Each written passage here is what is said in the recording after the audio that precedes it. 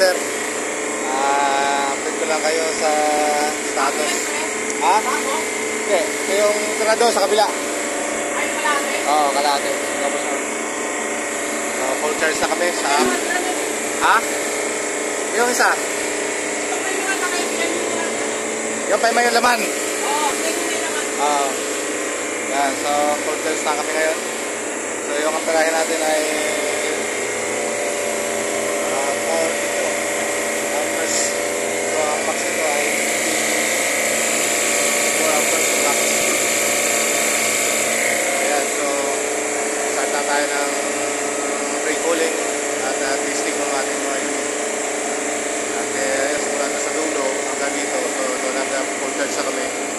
So ito na yung ginagamit natin ngayon for 507 simula sa 4 ohm or ganito ating gauge ating hose. So pang ABG talaga to maging sa kabila ko nun eh.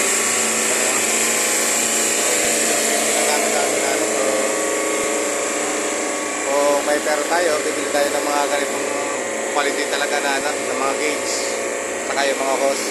So yung mga nag-umpisa pa lang, siyempre wala pa tayong pambili, so kataga tayo dun sa mga mumurahing klase ng gauge. So ito kasi is galing doon sa tatakit ko ay Tasco. So magandang klase ito. Tapos yung isa naman doon digital na yung isa digital.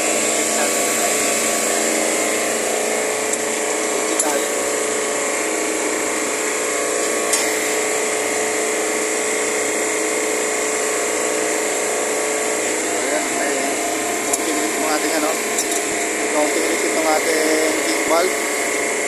May liquid yung king valve natin. Tignan natin magkakaroon ng leak. Tignan natin sigurado ko ng packing.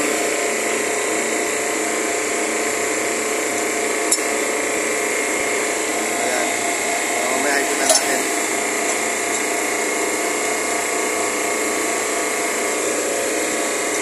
May leak pre yung packing natin pre.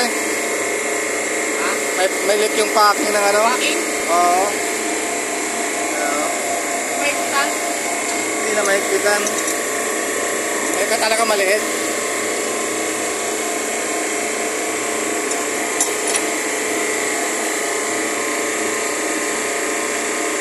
Sumasama yan. Ha? Sumasama. Okay. Wala na. Na mahigpitan pre. Ayun, ito. May problema.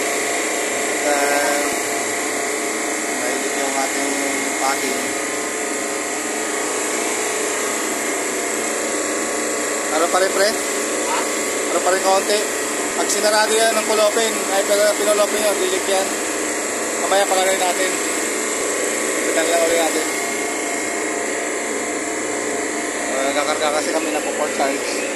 So yun na yung mga gauge natin. So yung natin sa search. So okay pa naman. Naka-sanction natin. So halos lahat naman ito umagat na. So yun, update ko lang kayo dito sa mga pinalitan namin. So yung mga thick speed at kayo electric tires. So lahat yan apat na yun pag pinalitan ng mga thick speed. Ito sa 7 stage. Ayun.